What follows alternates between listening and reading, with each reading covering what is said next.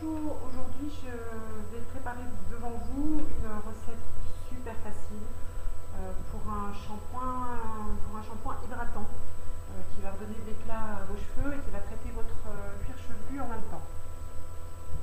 Alors maintenant on va énumérer les différents ingrédients qui vont rentrer dans la composition, dans votre shampoing. Vous prenez une base lavante neutre que vous allez trouver dans plein de boutiques, sur des grandes surfaces, des magasins bio, etc. Il va y avoir du miel également, de l'huile de macadamia. Vous trouvez ça dans les boutiques bio. Si vous n'en trouvez pas, mais il y en a franchement, si vous n'en trouvez pas, de l'huile d'amande douce, ça on en trouve vraiment partout. Alors qu'est-ce que je mets d'autre? Moi je mets du patchouli, de l'huile essentielle de patchouli. Alors ça sent un peu fort, c'est vrai, hein, mais par contre ça a un énorme avantage au niveau du cuir chevelu, c'est que ça l'assainit, moi j'en mets. Je couvre un petit peu avec de la vanille, mais c'est pas obligé. Si vous voulez avoir les cheveux brillants, vous n'hésitez pas à mettre un petit peu d'huile essentielle de citron et puis de l'huile essentielle de lavande. Je mets également, parce que ça va le liquéfier en fait de mettre l'huile et le miel, je mets un petit peu, vous savez, c'est un gélifiant, c'est à base d'algues, donc c'est tout à fait naturel. Vous mettez de l'agar-agar ou vous mettez de la gomme de xanthane, l'un ou l'autre. C'est un bon moyen de rendre votre shampoing visqueux, qui soit agréable à utiliser. Voilà, il m'arrive parfois de mettre un petit peu de poudre de miel, comme ça c'est plus concentré, mais sincèrement, avec ça c'est super. Voilà pour les ingrédients. Voilà, donc pour préparer votre shampoing hydratant et régénérant, je vous propose d'abord de verser 10 cuillères à soupe de votre base lavante neutre. Moi j'ai choisi un petit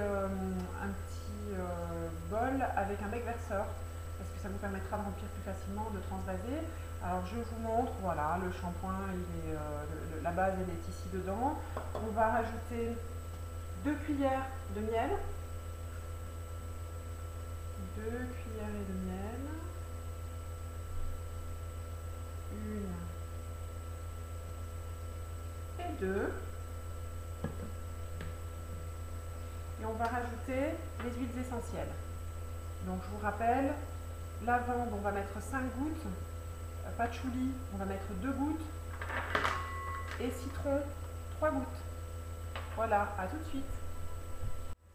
Alors après avoir versé les huiles essentielles dans votre base lavante à laquelle vous avez déjà mis le miel, alors si vous voulez un parfum qui a plus de parfum, n'hésitez pas, hein, vous pouvez rajouter de la lavande, un petit peu de citron aussi. Le patchouli c'est assez fort, donc si vous aimez, profitez-en, ou sinon n'en mettez pas plus que les 3 gouttes.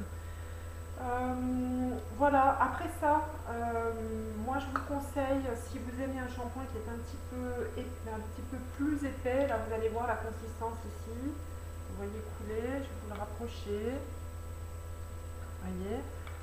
Moi je rajoute toujours un petit peu de gomme de xanthane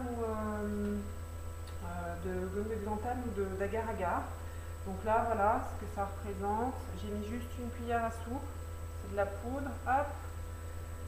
Je l'ajoute tout doucement pour éviter de faire des grumeaux. Hop. Voilà. Et on va touiller.